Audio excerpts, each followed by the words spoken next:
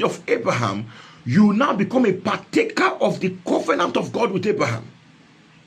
So when you get saved, you don't just become a child of God, you become a seed of Abraham. Why is it important for you to recognize that you are a seed of Abraham? Because by becoming a seed of Abraham, you have the opportunity to partake of the covenant that God has established with Abraham and his natural seeds. So you become a partaker of that covenant, and according to Galatians 3 verse 29, heirs of the promise. So you also have an inheritance of that promise by salvation.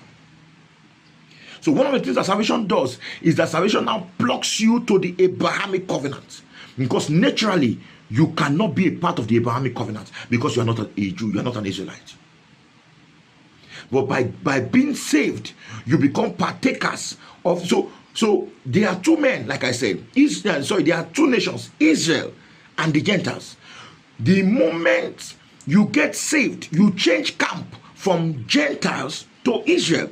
So in the spirit, you are an Israelite. Why? Because you are a seed of Abraham by being born again. Glory to God. Good. So the covenant of God with Abraham, the salvation package, the promise that everybody was waiting for, it wasn't for the whole world, it was for Israel. According to God's plan, it was to come to the whole world through Israel. It was to come to the whole world. So Israel was supposed to be the first partakers of that promise. Then they will now begin to take it to other people. However, Israel now is not yet a partaker of the promise. But we are partakers, because Israel is blind. Come on now.